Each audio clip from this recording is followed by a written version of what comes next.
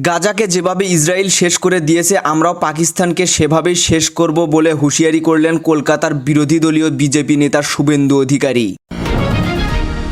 কাশ্মীরে হামলা নিয়ে পাকিস্তানের বিরুদ্ধে 5 কঠোর পদক্ষেপ নিল ভারত, জানাবো বিস্তারিত। এরপর জানিয়ে দেব যুক্তরাষ্ট্রের 2 বৃহৎ প্রযুক্তি কোম্পানি আইফোন ও কম্পিউটার নির্মাতা অ্যাপেলকে 500 মিলিয়ন ইউরো এবং ফেসবুকের মূল কোম্পানি মেটাকে 200 মিলিয়ন ইউরো জরিমানা করেছে ইউরোপীয় ইউনিয়ন ইইউ।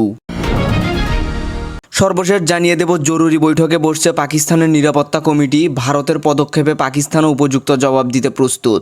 এতক্ষণ শুনছিলেন সংবাদ শিরোনাম, এবারে বিস্তারিত।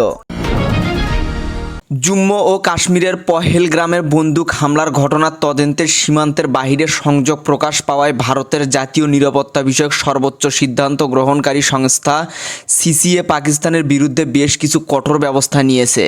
বুধবার 23 এপ্রিল রাতে এনডিটিভির এক প্রতিবেদন এই খবর জানিয়েছে। আজ বৃহস্পতিবার 24 এপ্রিল দেশটির নয়াদিল্লিতে হবে বৈঠক এবং এতে সভাপতিত্ব করবেন ভারতের কেন্দ্রীয় মন্ত্রী রাজনাথ সিং।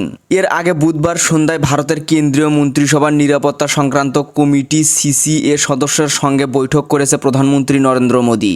এনডিটিভির একটি প্রতিবেদনে জানানো হয়েছে, মন্ত্রিসভার জরুরি বৈঠকে প্রতিবেশী দেশ পাকিস্তানের বিরুদ্ধে বড় 5টি সিদ্ধান্ত নিয়েছেন তিনি, যেগুলো দেশের দ্বিপাক্ষিক সম্পর্ক ও পররাষ্ট্রনীতিতে প্রতিকূল পরিবেশ সৃষ্টির বার্তাই দিচ্ছে।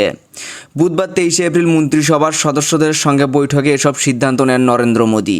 সিদ্ধান্তগুলো হলো ইন্দুস পানি চুক্তি বাতিল, পাকিস্তানি নাগরিকদের সার্ক ভিসা না দেয়া, পাকিস্তানের সঙ্গে আটারি সীমান্ত বদ্ধ করে দেয়া, পাকিস্তানে ভারতীয় হাই কমিশন থেকে সব কর্মী প্রত্যাহার এবং পাকিস্তানি নাগরিকদের বর্তমান ভিসা বাতিল করার পাশাপাশি তাদের 48 ঘন্টার মধ্যে ভারত ছাড়ার কথা বলা হয়েছে।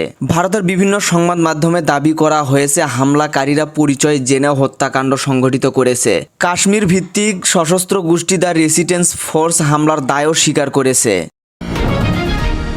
বুধবার 23 এপ্রিল যুক্তরাষ্ট্রের 2 বৃহৎ প্রযুক্তি কোম্পানি আইফোন ও কম্পিউটার নির্মাতা অ্যাপেলকে 500 মিলিয়ন ইউরো এবং ফেসবুকের মূল কোম্পানি মেটাকে 200 মিলিয়ন ইউরো জরিমানা করেছে ইউরোপীয় ইউনিয়ন ইইউ।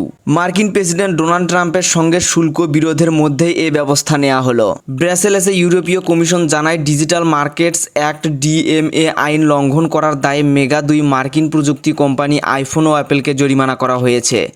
প্রথমবারের মতো ইউরোপীয় ইউনিয়ন এই আইনের আওতায় জরিমানা করল। জরিমানার এই বিষয়টি ইইউ এর সিদ্ধান্ত ইউরোপের সংবাদ মাধ্যমগুলোতে শিরোনাম হয়েছে। এর আগে 2022 সালে প্রণীত এই আইনে বড় ইন্টারনেট কোম্পানিগুলোকে অন্যান্য প্রতিদ্বন্দ্বী প্ল্যাটফর্মগুলোকে উন্মুক্ত রাখার বাধ্যবাধকতার বিষয়ে বলা হয়।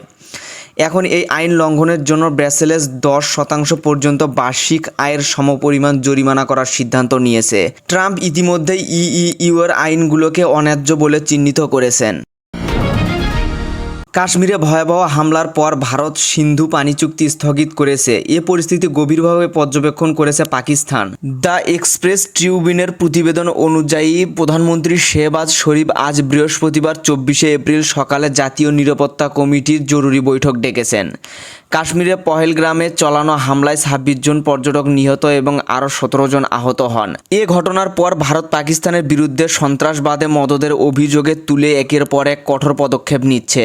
তবে পাকিস্তানের প্রতিরক্ষা মন্ত্রী খাজা আসিফ এ সিদ্ধান্তকে আন্তর্জাতিক আইন লঙ্ঘন বলে উল্লেখ করেছেন। তিনি বলেছেন, ভারত একতরফাভাবে সিন্ধু চুক্তি বাতিল করতে পারে না। এটি কেবল ভারত ও পাকিস্তানের মধ্যকার বিষয় নয়, বরং বিশ্ব ব্যাংক সহ অন্যান্য আন্তর্জাতিক পক্ষ এতে সম্পৃক্ত। বুধবার জিও নিউজের টক শোতে অংশ নিয়ে খাজা আসিফ বলেন, ভারত যদি অভ্যন্তরীণ রাজনৈতিক চাপ থেকে এমন সিদ্ধান্ত নেয় তাহলে পাকিস্তানও প্রয়োজন অনুযায়ী উপযুক্ত জবাব দিতে প্রস্তুত রয়েছে। তিনি আরও বলেন, ভারতের এই পদক্ষেপ পাকিস্তানকে ভয় দেখানোর জন্য নেওয়া হলেও এর কূটনৈতিক ও আন্তর্জাতিক প্রতিক্রিয়া অত্যন্ত নেতিবাচক হতে পারে। আমরা 2019 সালের অভিনন্দন ইস্যুতেও দেখেছি পাকিস্তান কিভাবে সংযমের সঙ্গে শত্রু প্রতিক্রিয়া জানাতে পারে। ভারতের এ ধরনের সিদ্ধান্তকে তিনি অযৌক্তিক এবং ঝুঁকিপূর্ণ বলে আখ্যা দেন। পহেলগ্রামের হামলাকে তিনি ফলস ফ্ল্যাগ অপারেশন হিসেবে দেখছেন।